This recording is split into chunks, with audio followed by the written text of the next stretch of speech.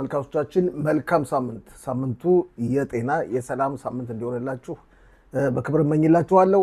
በተለይ ለቋሚና ለአዳዲስ ደንበኞቻችንም ተከታታዮቻችንም በጣቢያችን በ140 ከዛ በተረፈም በዩቲዩብ ገጻችን ለማንኛውም ልክ 2 ሰዓት ላይ ጠብቁ። ልብ በሉ።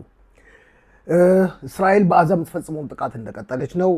ብዙ ፍልስጤማውያን ሽብር ፈጣሪዎች ተደምስሰዋል። ከተደመሰሱትም አንዱ የቢባስን ቤተሰብ ያስገደለው አዛዥ እንደሆነም ታውቋል።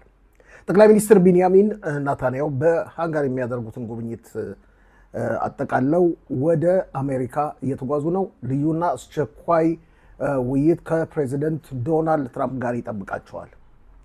የአሜሪካ ተዋጊ አውሮፕላኖች በየመን ሁቲዎችን መደብደባቸውን አላቋረጡም።